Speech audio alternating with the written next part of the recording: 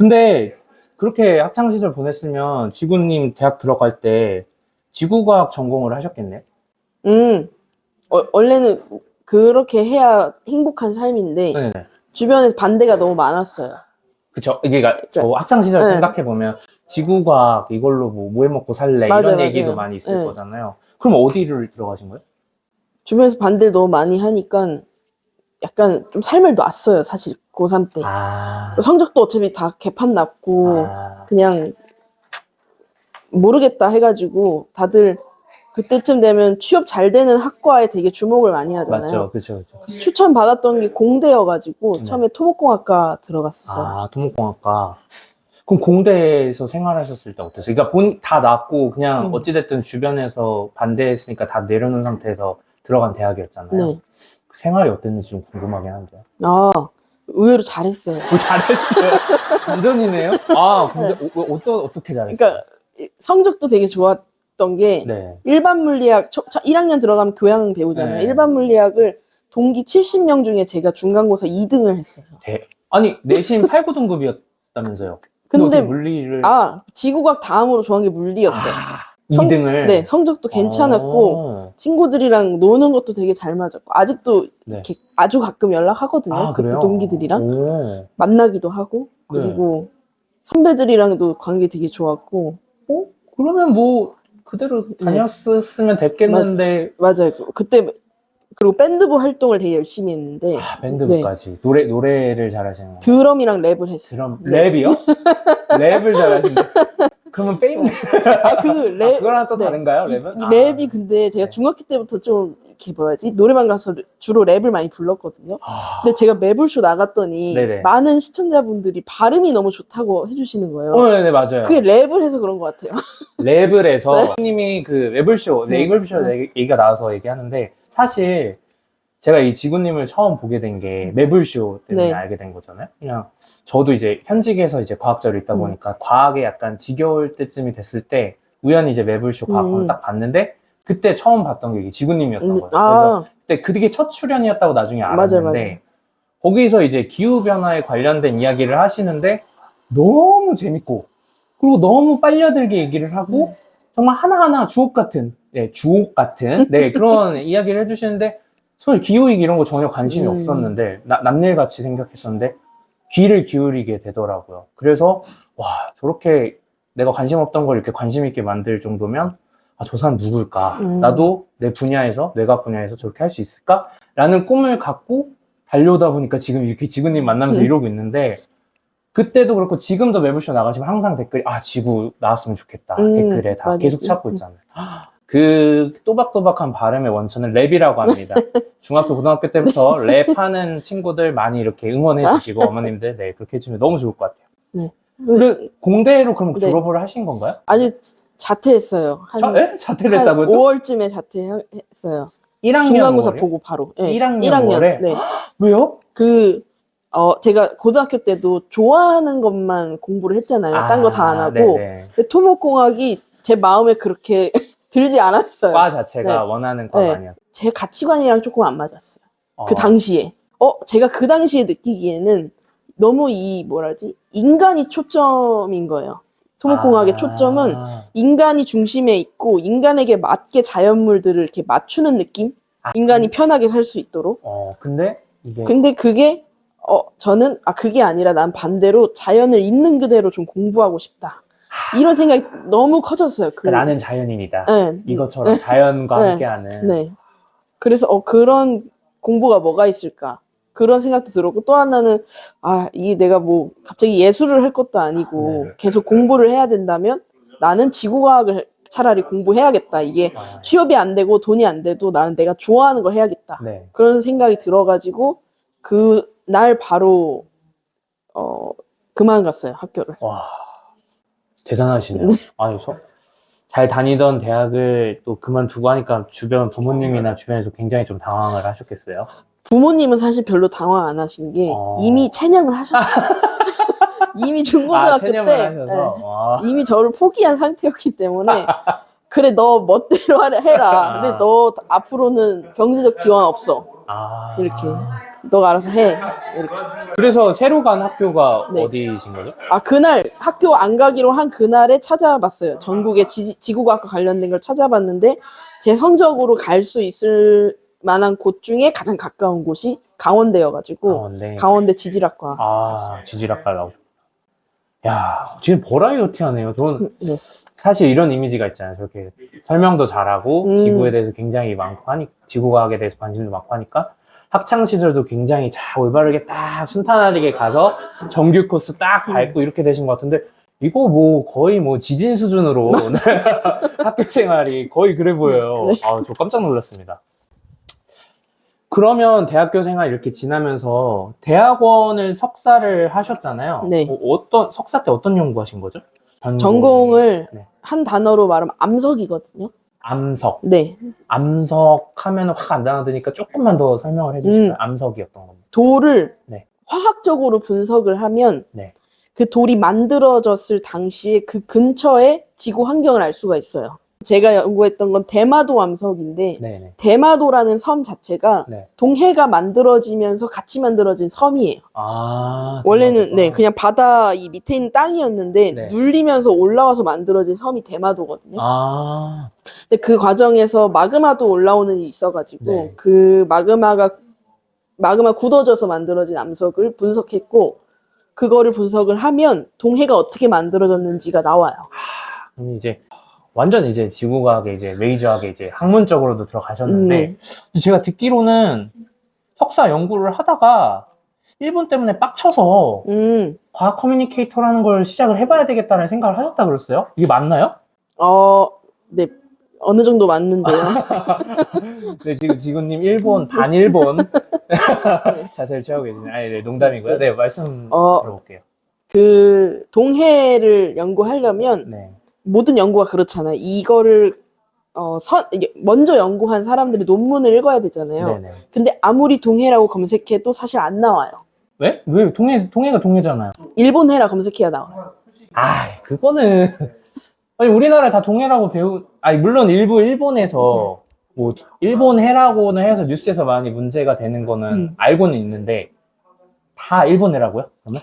네, 그 읽을 만한 논문 다 재팬C라고 검색을 해야 찾을 수 있고 이스트C라고 검색해도 안 나와요. 이스트C라고 표기하는 논문은 우리나라 사람이 쓴 거밖에 없어요.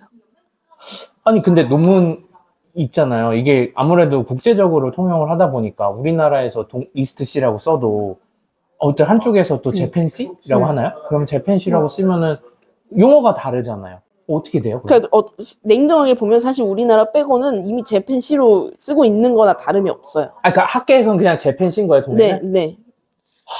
그거를 그래서 제가 이 동해를 공부하려고 해도 제 손으로 구글 스칼라에 재팬C를 검색해야만 나오고 제가 논문을 쓸 때도 그걸 써야만 했어요. 그걸 쓰지 않으면 용어를 써서 논문을 써야 됐다. 네, 그걸 쓰지 않으면 제 논문이 공개가 안 되잖아요. 네. 공개가 돼도 된 게 아니잖아요.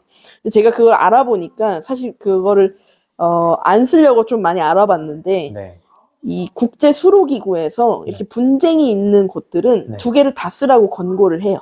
이렇게 재팬C, 뭐 이스트C 이렇게. 네, 우리 이스트C를 먼저 쓰고 괄호 안에 재팬C를 넣는 방식으로 쓰는 거죠. 죄송합니다. 이스트C, 재팬C 가로 열고 재팬C 가로 닫고. 네, 그런 식으로. 근데 이게 권고여서 사실 안 지켜도 되는데 안 지키면 내 논문을 다른 외국의 연구자들이 찾을 수가 없으니까 우리나라 연구자들이 쓸 때는 이스트C를 넣고 괄호 안에 재팬C를 넣거든요. 이게 이렇게 된 이유가 원래 아주 오래된 역사 그 자료를 보면 그 동해라고 돼 있는 다른 나라 지도들도 많아요. 그래요? 근데 이게 왜 문제? 일제강점기 때 좀 전 세계가 좀 통일하여서 쓸 수 있는 지도를 막 그때 만들었어요. 근데 그때 우리 일제강점기니까 목소리를 낼 수가 없잖아요. 그때 재팬C로 이미 등록이 많이 돼버렸기 때문에 이게 좀 어려운 거예요. 그래도 이게 너무 뭐라 그러지? 제가 이거 지질학을 너무 좋아해서 공부하고 연구까지 했지만 뭐라 그러지? 이게 좀 서럽더라고요. 그리고 적어도 이스트C가 앞에 오는 그런 논문들이 많아져야겠다. 근데 문제는 이게 많아지려면 우리나라 지질학자들이 많아져야 되는데 그쵸. 우리나라에서 지질학에 그렇게 사실 투자를 많이 안 해요. 그렇군요. 저도 대학원 가는 것조차가 되게 어려웠거든요. 가려고 좀 컨택을 하면 연구비가 없어서 너한테 돈을 줄 수 없다. 이렇게 하니까 야. 저는 부자가 아니니까 돈을 안 주면 어쨌든 이 연구나 공부를 계속 하기 어렵잖아요. 그렇죠. 어렵죠. 그러니까 포기하게 되고 또 다른 데 해보고 이렇게 하다가 이제 대학원도 1년 헤매다가 들어갔는데 네. 네. 그래서 우리나라 지질학자들이 좀 많아지려면 우리나라의 지질학을 좀 홍보를 해야겠다. 좀 알려야겠다. 이게 얼마나 중요하고 또 재밌는 학문인지를 좀 알려야겠다. 이런 생각이 되게 커졌어요. 그래서 과학 커뮤니케이터, 특히 지구과학에 관련해서 이야기를 하는 네. 지구로서 네. 네, 이제 시작을 하셨다네요. 그러니까 여러분 정리를 하면 굉장히 긴 이야기였지만 꼭 들으셔야 되는 게 결국에는 우리나라 동해 이스트시를 지키고 우리 대한민국의 지질학을 좀 널리 알리고자 지구님께서 과학 커뮤니케이터로 활동을 시작을 하셨다. 정말 이거는 거의 애국자라고 저는 말씀드리고 싶네요. 대단하십니다. 조금 그래도 바뀌어지셨나요? 느끼시기에?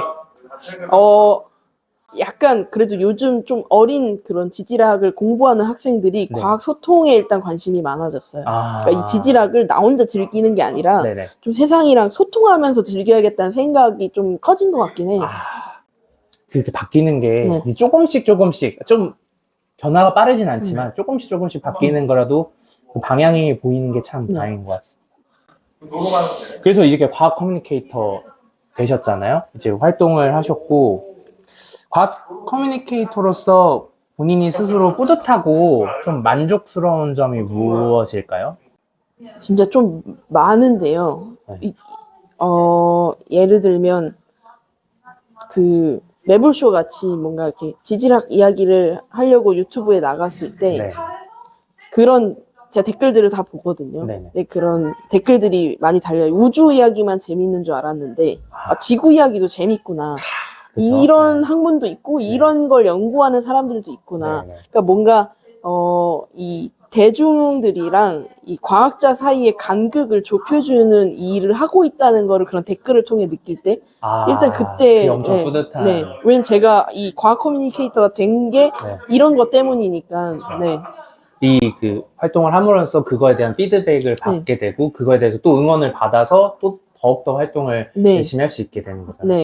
그죠? 여러분들 이 영상 보시는 분들 제가 구독, 좋아요 이런 거 원치 않는다고 말씀드렸잖아요. 댓글만 영상 보시고 이제 지구 이야기를 들으면서 어떤 느낌을 들었는지 그런 거 댓글 남겨주면 또 지구님이 또 응원을 받아가지고 열심히 활동할 수 있는 원동력이 되지 않을까 싶습니다.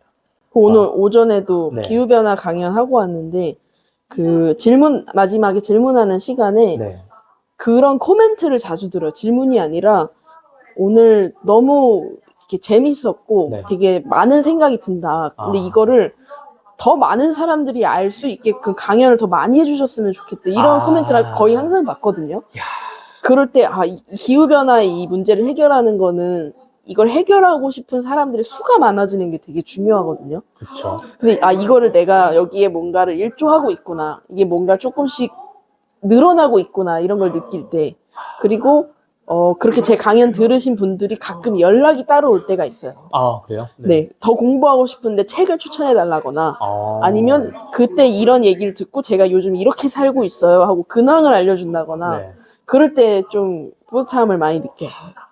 근데 저도 약간 한 스푼을 얹자면 제가 이제 지난달까지만 해도 이제 한국과학관협회에서 그 찾아가는 과학관이라고 해서 과학문화 소외 지역을 찾아다니면서 이제 이공계 과학 진로 강연을 했어요. 근데 이제 뭐 어떤 특정 분야는 아니고 과학자의 길이 이런 것들이다라고 제 인생 얘기를 주로 많이 했는데 듣고 나서 한 아이 어머니가 아이가 너무 잘 들어서 원래 꿈이 없었는데 과학자 되고 싶다고 얘기를 했다는 얘기를 딱 들었을 때 내가 여기 뭐 4시간 넘게 운전하고 와서 1시간 강연했지만 이 아이의 인생에 지대한 영향을 미쳤다는 사실이 좀 더 뭉클하면서도 더 책임감을 갖고 활동을 하게 되는 것 같아요. 아마 지구님도 저보다 훨씬 더 많은 이야기를 듣고 활동하시다 보니까 사명감도 생기셨을 것 같고 앞으로 건강하게 오래오래 많은 곳에서 좀 활동하시고 솔직히 지상파에서도 많이 고정으로 좀 이렇게 자주자주 얘기를 해주셨으면, 특히 요즘에 지구 문제,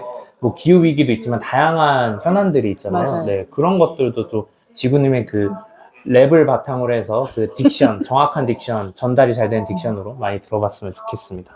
학생들이 진로 선택에 대해서 고민이 좀 진짜 많아요. 저는 진로 고민을 많이 하다 보니까 주로 질문들이, 아, 내가 지금 꿈이 어떻게 되는지 모르겠고, 뭘 선택해야 될지 모르겠고, 막 이거 그냥 아무것도 이제 거의 무방비 상태인 것 같더라고요. 그래서 그런 친구들 볼 때, 지구님이 생각하기에 진로를 결정할 때 어떤 부분이 중요하다고 좀 생각을 하시나요? 네. 근데 이거는 사람마다 다 다르긴 한데, 네. 제가 감히 하나 추천하고 싶은 거는 네.